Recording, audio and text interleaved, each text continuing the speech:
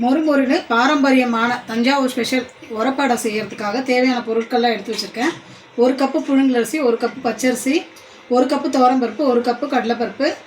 இதுக்கு முக்கியமான main ingredient வந்து 1 கப்பு கருப்பு உளுந்து, தோலோடு இருக்கிற உளுந்து. இதை போட்டு தான் செய்வாங்க. இது கிடைக்கலன்னா நீங்கள் வெள்ளை உளுந்து ஆட் பண்ணிக்கலாம். நான் வந்து ரெண்டுமே வந்து ரேஷன் அரிசி தான் எடுத்து வச்சுருக்கேன். உங்கள்கிட்ட ரேஷன் அரிசி இல்லைன்னா, உங்களுக்கு பிடிக்கலன்னா நீங்கள் குண்டரிசி எது வேணால் எடுத்து வச்சுக்கலாம். எடுக்கிறது எல்லாமே ஈக்குவல் குவான்டிட்டி இருக்கணும்.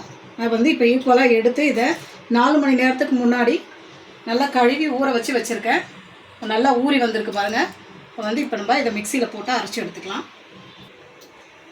இப்போ ஒரு மிக்சி ஜாரில் நான் வந்து ஒரு 7 காஞ்ச மிளகாய் எடுத்து வச்சுருக்கேன். இந்த அடை வந்து நல்லா காரமாக இருக்கணும், அதுக்காக நான் 7 எடுத்துருக்கேன். 1 ஸ்பூன் சோம்பு, தேவையான அளவு உப்பு, இதை மட்டும் போட்டு நல்லா இதை நைஸாக அரைச்சி எடுத்துக்கலாம் ஃபஸ்ட்டு.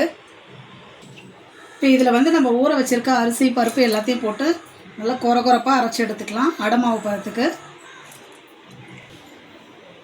மாவு நல்லா கொரப்பாக அரைச்சிட்டேன். மிக்சி ஜார்லேருந்து கொஞ்சம் தண்ணி அலசி ஊற்றி இந்த பதத்தில் மாவு வச்சுருக்கணும். இப்போ இதில் வந்து நல்ல மெல்லிசாக நீல வாக்கில் கட் பண்ண வெங்காயம், சொரக்காய், இதில் முக்கியமாக சொரக்காய் ஆட் பண்ணுவாங்க, அதை குட்டி குட்டியாக கட் பண்ணி வச்சுருக்கேன். அது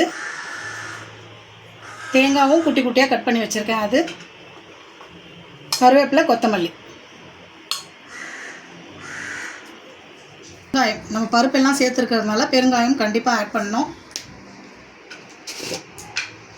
கொஞ்சமாக மஞ்சள் தூள்.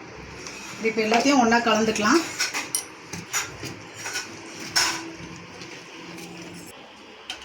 இந்த அடையை வந்து கடாயில் தான் பண்ணணும். நல்லா அடிகடமான கடாயாக எடுத்துக்கோங்க. இதுக்கு வந்து ஒரு 3 டேபிள் ஸ்பூன் எண்ணெய் விட்டுக்கிறேன். எண்ணெய் கொஞ்சம் சூடாகட்டும். எண்ணெய் சூடாயிடுச்சு, மாவு ஊற்றிக்கலாம். இந்த மாதிரி ஒரு கரண்டி எடுத்து கொஞ்சம் பரப்புனா மாதிரி விட்டுக்கோங்க. ஸ்டவ் வந்து மீடியம் ஃப்ளேமில் தான் இருக்கணும். இது வந்து தவளை அடை மாதிரி நல்லா மேலே மொறுமொறுனும் உள்ளே நல்லா சாஃப்டாகவும் இருக்கும். பக்கம் வெந்துருச்சு, இன்னொரு பக்கம் திருப்பி போட்டுக்கலாம். இந்த பக்கமும் நல்லா வெந்து வரணும். ஸ்டவ் வந்து மீடியம் ஃப்ளேம்லேயே வச்சுக்கோங்க. உங்களுக்கு இந்த மாதிரி கடாயில் நிறைய எண்ணெய் ஊற்றி செய்ய விருப்பம் இல்லைன்னா நீங்கள் தவாவில் கூட மெல்லிசாக தட்டிக்கலாம். 2 பக்கமும் நல்லா வெந்துருச்சு. நல்லா எண்ணெயை இருத்துட்டு எடுத்துக்கலாம்.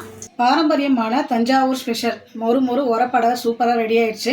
இதை வந்து நாட்டு சர்க்கரையும் பட்டரையும் வச்சு தான் சர்வ் பண்ணுவாங்க. நானும் இன்றைக்கி அதே மாதிரி தான் டிஸ்பிளேயில் வச்சுருக்கேன். நீங்களும் இதே மாதிரி செஞ்சு பாருங்கள். செஞ்சு பார்த்துட்டு எப்படி இருந்துச்சுன்னு கமெண்ட்ஸில் சொல்லுங்கள்.